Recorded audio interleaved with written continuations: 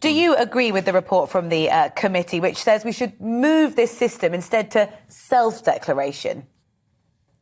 I think the move towards it is the right idea. I think putting it out there that it is an absolute change to only that gives a kind of a false idea that anyone can suddenly declare themselves to be a woman or to be a man and then walk in and access single-sex facilities based on a single declaration like that.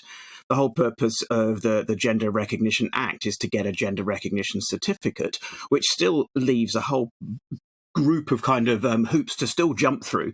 What we're redefining is what those hoops are, and that there's still a process to go that would mean that people cannot define themselves to be kind of one gender on Wednesday and one gender on Friday and access different facilities based on that.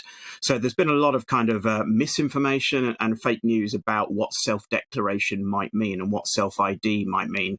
And in many respects, people have been self-IDing for centuries and years. That's how people, transitioned socially in the past before ever there were surgical or legal possibilities. It's how people have been doing it for centuries. But yes, in the same way, as the report says, it was kind of playing into sex and gender stereotypes. If you could pass, if you looked like one or another, then that's how you were treated, until sometimes on your deathbed they discovered out what you might have been.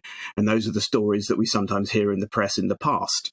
So I think there's a lot of misinformation about self-ID. It's definitely the right move. A dozen countries have done it with very little problem. And so the idea, though, that they're going to balance sex and gender safeguards is also still the right thing to do as well. Katie, we all are inundated with misinformation on this. And I just, for my own sake, clarity on this.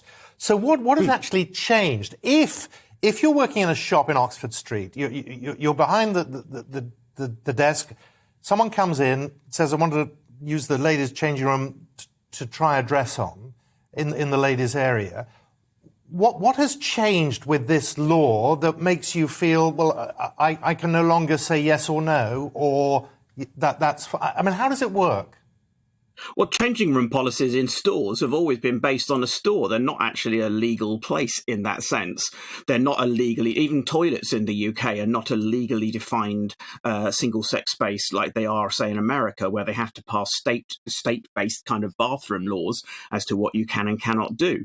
It's always been a case of you go into the toilet, you do your business and you leave. And what's illegal in a toilet or a changing room is activity.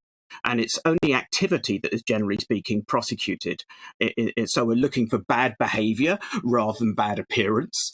And so what people do in terms of changing is a kind of a store-by-store policy.